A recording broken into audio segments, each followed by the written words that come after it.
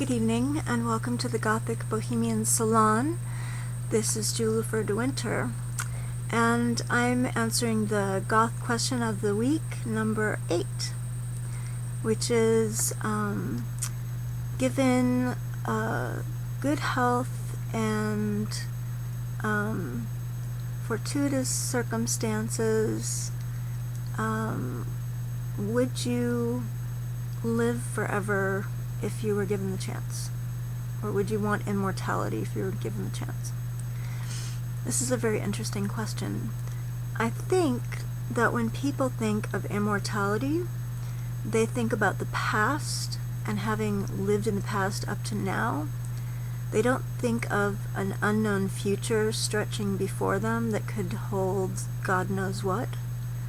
I think that it's a very romantic notion to think about having lived through some of the eras that we know about, some of the history that we know about. I think that we all have a curiosity about traveling through time and seeing what those other eras were like. And I think that most people's desire to be immortal is not so much a desire to be immortal as it is a desire to have lived to have lived in those times. I don't think that most people think about the potential horrific possibilities for the future that we face. Global warming, the finite resources, spread of war and disease and food shortage and overpopulation. I mean, there's a myriad of things that could put our planet into chaos and cause, some pretty intense upheavals and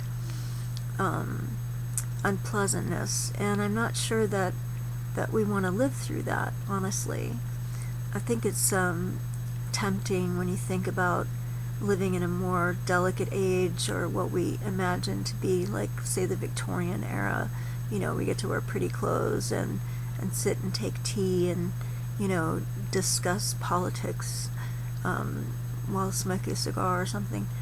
Or living in the Renaissance when art and science and philosophy were, talked of everywhere, and people respected study and learning and art so much more than, say, they might now. I think we imagine having gone through those periods, and I would say that I would like to have been immortal. I don't think I want to be immortal. And that said, there's also, the question of whether you would be going through that immortality alone or with somebody else. And I think that it could get incredibly lonely, and it could get really boring.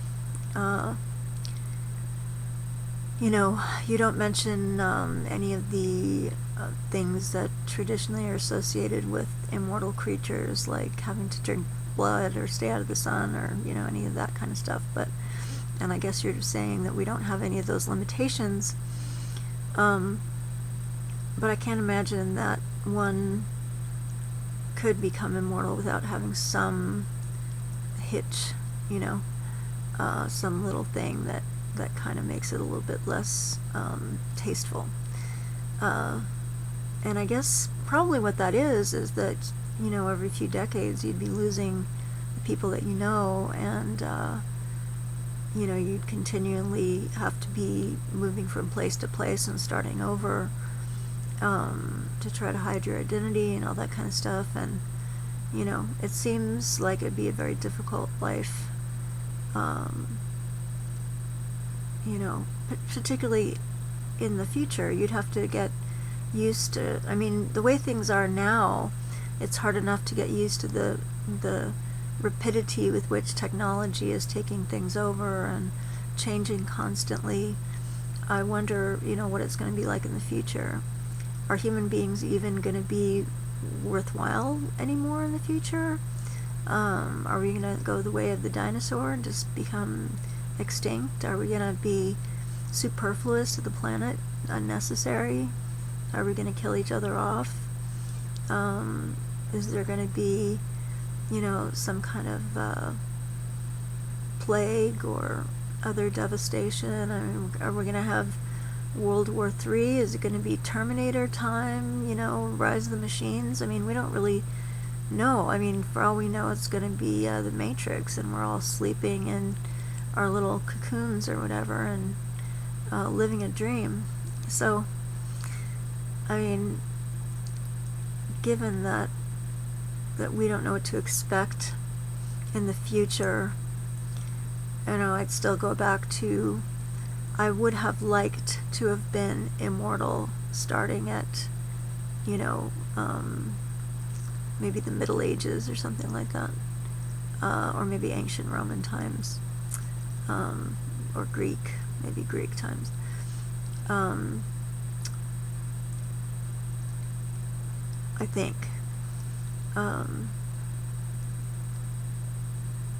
But then, of course, at that time, I wouldn't have known what was coming either, so maybe that wouldn't have worked out.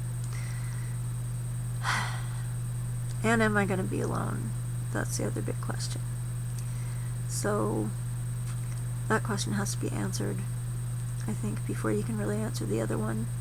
And I think that's really important, because even the most cantankerous,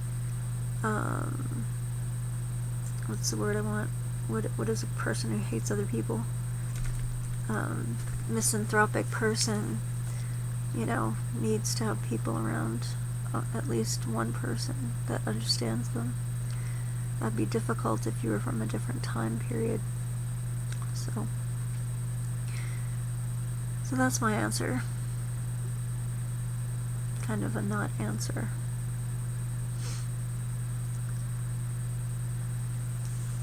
Thank you so much for joining me in the Gothic Bohemian Salon. Good night.